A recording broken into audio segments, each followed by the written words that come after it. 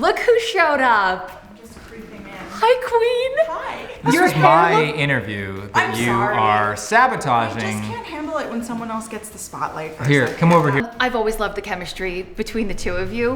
What is it like to finally give this on screen a chance? I think it's really nice. It's always wonderful working with Kevin, and really lovely to get to tell this story and kind of give that back to all of the Kevin fans and the Nathan fans. Yeah. They're in for a treat in season 11. I think I'd like to change my hair. Brilliant. Erin, love the hair. New season, new energy, new hair. Yes. How did you react to Elizabeth with such a drastic change? Well, I think there's a scene in there that she kind of comes into the room and Nathan is just gobsmacked at how beautiful she is. Wow, you look great. It's the new, you know, what was it? You know, it's a transformation. It's like Yes. the new beginning. She's Rebirth. coming Yeah, out of rebirth. her cocoon. Oh gosh, Yeah. it's so beautiful. Yeah. So if Elizabeth has a beautiful new haircut, do we have anything new physically for Nathan in season 11? Oh, do we? Nathan. Oh, What you're does right. that mean? You're right. I was gonna say he's. We got a Nathan's dog. been working out in his garage a lot. Let's just say, you know, you like see American more of Beauty. Nathan in season 11 than you ever have before. Yeah. Okay. You see the most. of Krakow with the Nathan. teases straight out Yeah. the gate. Should we spill that tea? I think That's we can. enough I think we tea. can spill the tea. Yeah. We can Is- spill that tea. Okay. Is this a shirtless workout scene? One of the things you said is true. Yeah, it's either a That's workout. it. It's either a or workout it's scene or shirtless. just a shirtless scene. Nathan Grant. Remember Nathan had the breakup mustache, and it was canceled quickly. Well, you had it for a solid the producers. couple episodes. Yeah, until he shaved it off. Yeah, so you had a caterpillar, I had a and I'm caterpillar. coming out of a cocoon. Yeah, It's it like a all very- It writes links itself, together. everybody. It all links together. But was the mustache a Kevin choice? Uh, That wasn't Yeah. a Nathan choice? Clearly, Okay, It and was then a you Kevin choice and push, and some people were on board. Yes. And then I think the people that weren't didn't really know what was happening until they saw the first or second episode, and they're like, "What's going on?" And then we got that great scene where he kind of shapes it off in the mirror. Well, Right. it wasn't just the mustache, right? It was, you had a little something A soul here patch. too. Nathan was finding himself, right? He had a tough season 8 ending.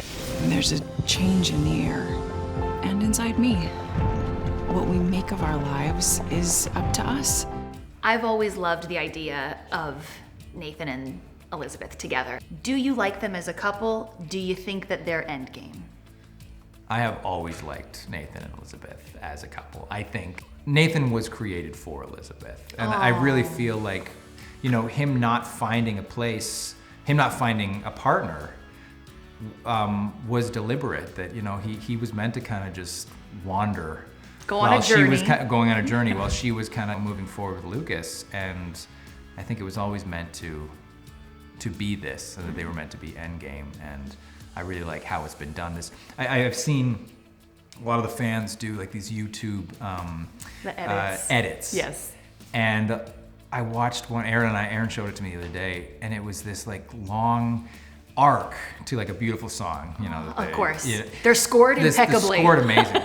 And just from when they first meet to where they are, and they've really had this uphill, downhill, all over the place. You know, it hasn't been all roses. You know, they've made mistakes. They've hurt each other a couple times, but it's like it's a real relationship, and it's what people do, and they're kind of like Notebook Endgame, I think. So Nathan is Noah. Is that Yeah, correct? yeah. Elizabeth is Allie, and Lucas is Lon Hamilton. You know this way Is- better than is I do. that- I don't is know. that Is that the- the name of the character? You're Ryan Gosling. Yes. Okay. Yes. And Lucas is James Marsden. And that actually makes sense. Like The good-looking fancy rich guy. Yeah, yes. yeah, yeah. Yeah, and you're the, And I'm the like down the to earth chimney rugged. sweep, like bearded guy. That's yeah. Okay, I'm glad that we're talking about Lucas because there's still a lot of fans on this show who adore Of course. the Lucas character. Of Of course. course, adore Chris McNally. Yeah, how could you not? With Lucas having to pick up the pieces from a broken engagement, still assumingly living in the same town as where Nathan and Elizabeth live, how do Nathan and Elizabeth handle being respectful to this gentleman who is now the governor? Right. But he also is now confronted with, you know, my now ex-fiance is now. Well, you know, I mean, this show is not without its drama, and it would be, I think for the Lucas fans, it wouldn't be fair to just pretend like nothing happened and there's Correct. no feelings there. So of course a lot of stuff is still played out. We're still gonna see the situation played out honestly. It's not just like a switch is flipped Okay, because and everybody's cool. we saw Nathan and Lucas Well, that's- have I mean- really come to a good place. Yes, the best place they've been, I think, so far. But Right. like, you know, they are two very different people. Yeah, they're in a good place compared to where they first started on the show. You know, I think Nathan has a lot more respect for Lucas than he did. He was wrong with a lot of stuff early on, and on his thoughts on who Lucas was. But I will say the Lucas character has a bit more of an edge to him now, and we Single you know, Lucas. single with an Lucas, edge. single Lucas. And I will say, you know, when you're not partnered up with the number one on the show, when it's not about the love story, the writers have to dive into like Personal their past stuff, and the yes. personal stuff, and a lot of that stuff comes to the surface, and we kind of find out who Lucas is and was, and it's very interesting. I think it's the most interesting Lucas I've seen on the show so far. Okay. And, We love our Nathan, but we forever hold Lucas deep in our hearts. always. Lucas doesn't remember anything. I think there's more to this story. Is it asking too much to want love again? No, it's written in the stars. Nathan and Elizabeth together. I think they make sense for a lot of reasons, but I think my favorite reason is that they're both on like parallel journeys. They're both single parents raising kids separately, but kind of now together. Right. Are we gonna see that in season 11, how being single parents bonds them? Yes, of course. And I think, you know, and, not just season 11, I think that has always been kind of the thing that pulls them together, is that they're both on this journey with children by themselves. And they've always leaned on each other to help out. And yeah, we see now in season 11 them kind of coming together and helping each other raise these kids. And there's a really touching episode with Allie when she tries to go see her birth father.